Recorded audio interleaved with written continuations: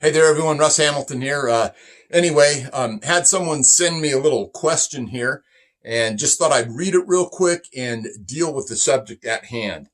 Have you guys done a show especially addressing how to deal with resistance, disrespect, insubordination from offenders, especially with new cadets?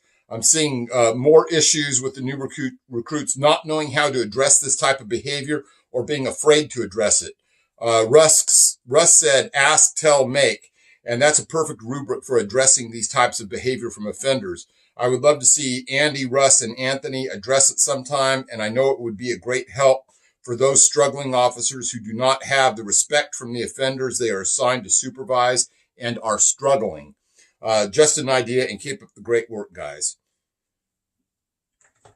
So, when I look at that type of situation, when someone comes up with a question like that, it's really easy to just start to delve into the tactical end of the pool.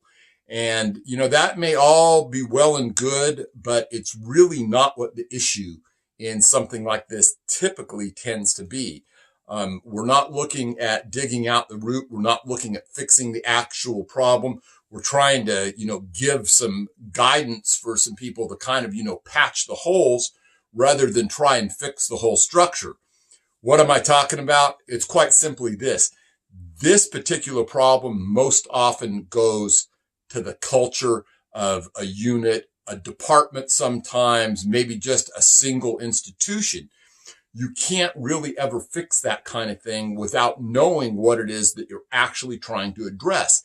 And in situations like this, what you're tending to find is that staff overall in all of these areas have started to let things slide. They've let things get sloppy. They're only caring about their little end of the puzzle, as it were, and they're not coherently addressing it as a group, and they don't have a guiding philosophy with regard to what the treatment of us by those inmates should be. So my particular one, and I think this is the best illustration that I can give you, is from time to time on one of my units, I would run across inmates that would, for one reason or another, felt like it was open season on the female staff. And I was there to tell them right away and immediately and in no uncertain terms that what you say to one officer out there on the yard, you can just consider that you're saying that to me. And we had a zero tolerance policy for that kind of bullshit.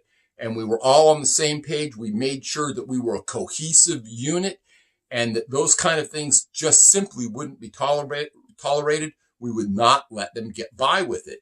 And that's the same way that it should be happening if you have, cadets or new boots in your unit that you're dealing with and trying to get them some training. Those inmates that are talking to those people, they may as well be talking to you, right? Or talking to your sergeant.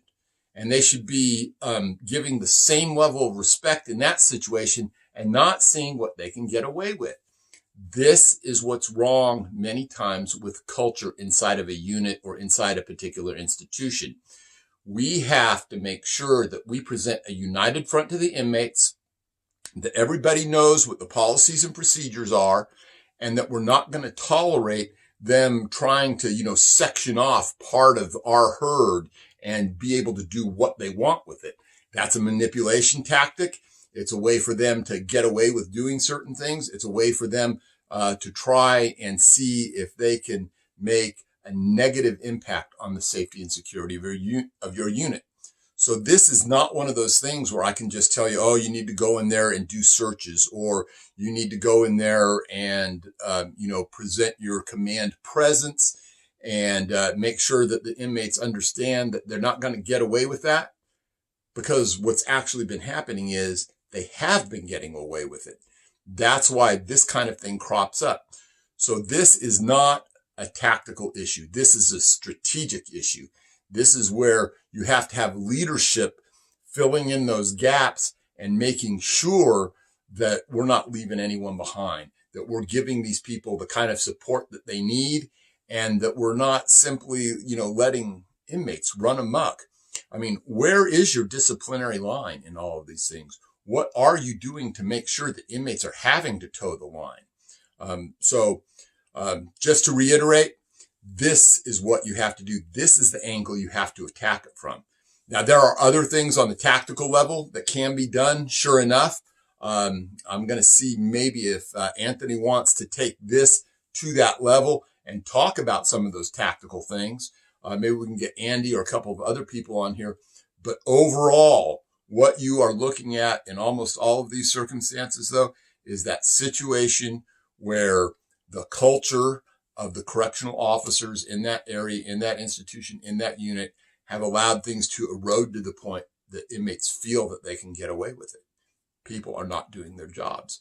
So it needs some leadership, and it needs some people to decide that they are going to get together. They are going to run that as a team, and to make sure that they give everyone in that circle that you're together in, backing each other, watching each other's backs, helping them make the play. It has to be a situation where everyone is fulfilling that function. So anyway, I hope you guys take something good away from this, and I hope that this has answered the question for that individual. This is very much harder to implement when you have to have so many different parts all, hitting on the same cylinder, but it's worth it in the end. So take care, guys. Exercise that leadership. Stay safe.